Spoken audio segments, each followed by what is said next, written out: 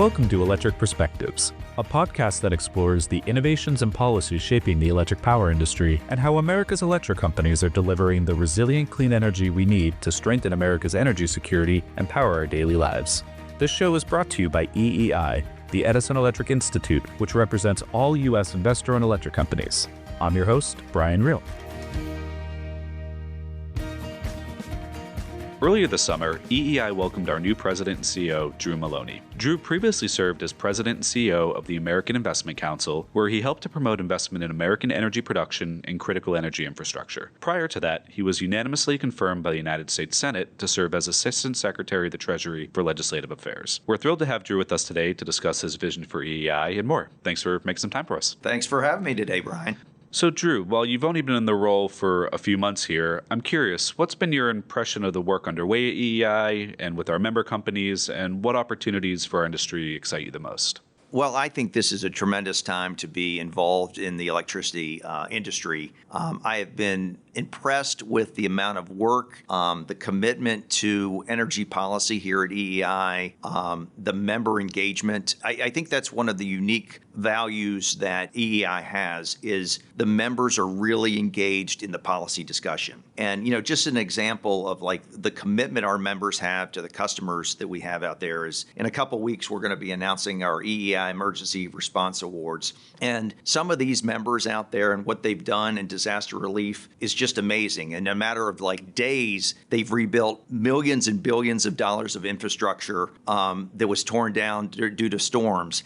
And it's this kind of response and this type of commitment to the community that I think really stands out for our members. And what led you to join EEI, and how do you see yourself being able to leverage all the expertise that you bring as we engage on all the policy discussions that are underway? Yeah, Brian, when I started my young career on Capitol Hill as a staffer, one of the issues that I first was given was energy issues. And I was working for a Mississippi member, and I distinctly remember Southern Company and Entergy coming into our offices to educate me on energy policy. And ever since I started that on Capitol Hill, I've always had a fondness for energy. And I ended up working for an oil and gas company and then running a trade association. So it's really the sort of the culmination of that policy background and understanding how Washington works and how to navigate that to really achieve the outcomes that really help our members serve their customers in a reliable, affordable way. And you have a track record of working across the aisle in Congress, passing legislation. You were a leader at the Treasury Department. And like you said, you've served as a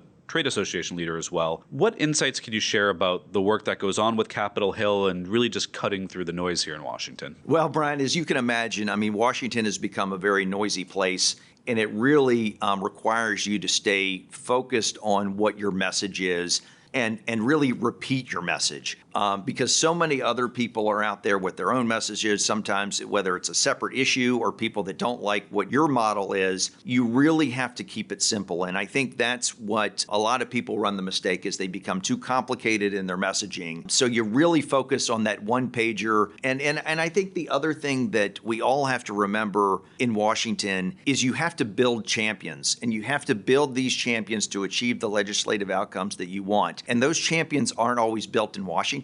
And this is, again, I think EEI's secret sauce is that we build those champions in every community across America. And that's how you are ultimately successful in advancing policy goals, is you take that out of Washington and you take it back to the communities that you work in. And things quickly change in Washington. So how do you think about making sure that EEI is ready to engage quickly or to create those opportunities to change the conversation? Yeah, Brian, I've given a lot of thought about what makes a trade association really successful in Washington. I think in today's very complex and noisy environment, you have to have a trade association that is very proactive, very nimble, and very impactful. And that's really the culture that I really want to build out here at EEI, is that we have to be ahead of the curve and we have to be nimble because, in the current construct, you could have state policies, you have federal policies, you have Hill engagement that can switch on a dime. And as an organization, you have to be able to quickly do that. And I think that's also coupled with creating a surround sound that supports what your advocacy is.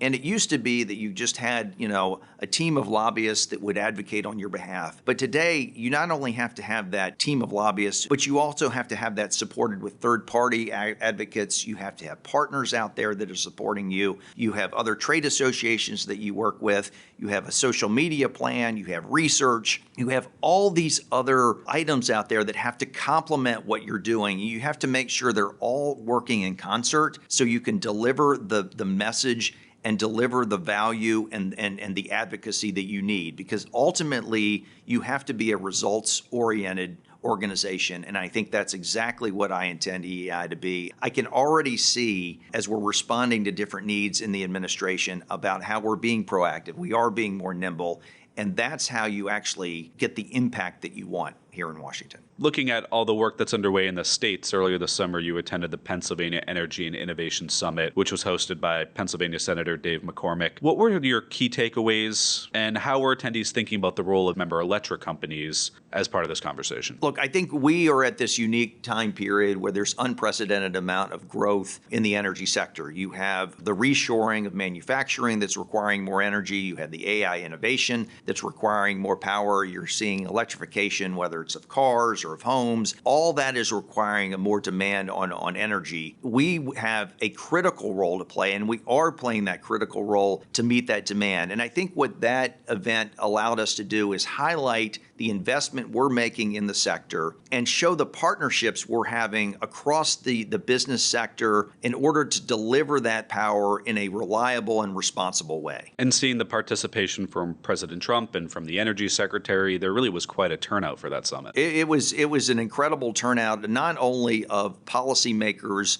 We also had the Democratic governor of Pennsylvania there. Senator Fetterman was there. So it really showed a breadth of support for innovation and for energy. And it was a unique ability. We had several of our Pennsylvania members that were there in attendance talking about the investment and commitment they're making in order to make this, innovation and investment happen right here in America. Staying with the topic of investments, EI recently published our annual financial review. What were some of the highlights that you found most interesting? Well, the thing that really stood out to me is the amount of investment dollars that we are committed to making over the next 4 to 5 years. And I actually think that these numbers are conservative. We're projected to spend more than $1 trillion of investment in energy infrastructure across America. And I think that really demonstrates that we are the partner for local communities. We're the partner for the government. We are working with everybody across the spectrum on how do we meet that power needs in our communities while still being able to deliver the necessary power and energy in an affordable way for our small businesses, for our customers, for our farmers, while meeting these growth and innovation needs that we're seeing at this time. And you often discuss the importance of communications and storytelling. How did you think about corporate and industry storytelling while AIC, and how can some of the experiences there be applied to the work that you see EI's member companies undertaking? Well, I think a great example is these EEI Emergency Response Awards that highlight things that our member companies have done in their communities in order to respond to natural disasters. Our partnerships that we have with different groups out there in order to enhance and demonstrate our customer solutions. Every industry is challenged with getting their story out because in Washington, everyone is trying to tell their story. And you just can't tell it often enough. And I think that that's what we're really going to focus on.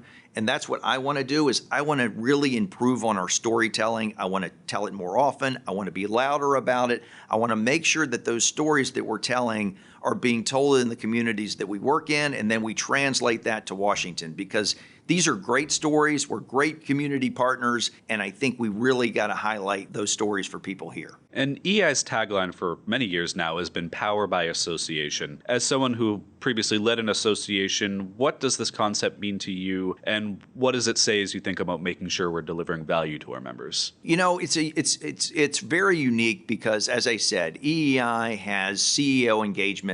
The member companies really want to see their message and their policy be successful here in Washington. I think what power by association really means is that we can accomplish a lot more by working together.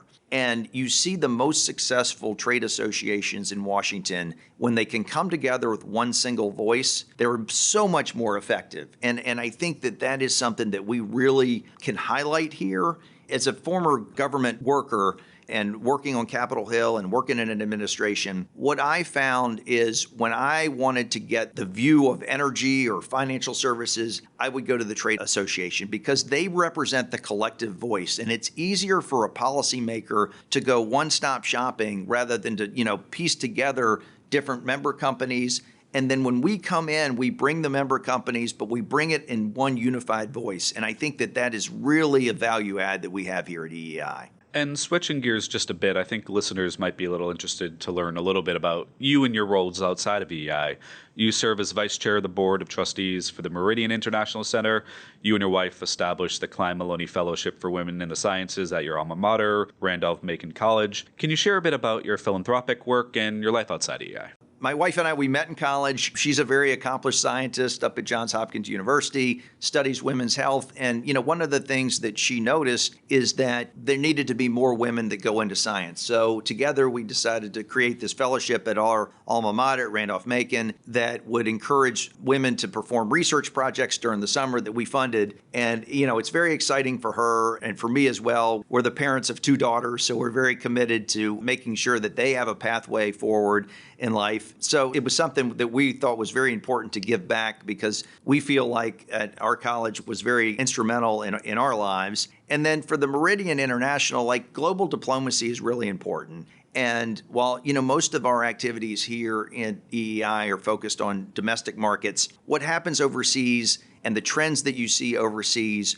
are really important, and they ultimately influence what happens here in the United States. So for me, I've always been interested in that, and I think it helps to make me a better advocate to sort of have a better grasp of what's going on in other regions of the world that may end up influencing what we do here at home. And during EEI's annual meeting in June, you mentioned your first job was a sheep and poultry farm worker. Are there any lessons you learned that still guide you today? Well, you have to get up really early and finish your chores on a farm. And I'm glad that today I don't have the same chores that I did when I was a young 4-H and FFA member. But it does. It teaches you responsibility early on. And I'll tell you the other thing that I think, I grew up in a rural part of Virginia, and I've lived in Washington for most of my adult life. And it gives me perspective, I think, to understand okay, this is what people on a farm where I grew up, these are the challenges that they face. So I have a better understanding of what and how to communicate with different audiences because I feel like I've lived in different places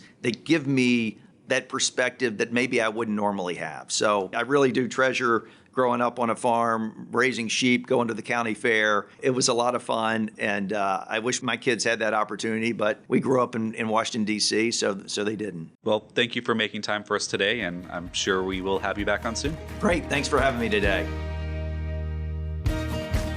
That's our show for today. Thank you for listening, and be sure to subscribe on Apple Podcasts, Spotify, Podbean, or wherever you get your podcasts. To learn more about EEI's members and the electric power industry, visit our website at electricperspectives.com.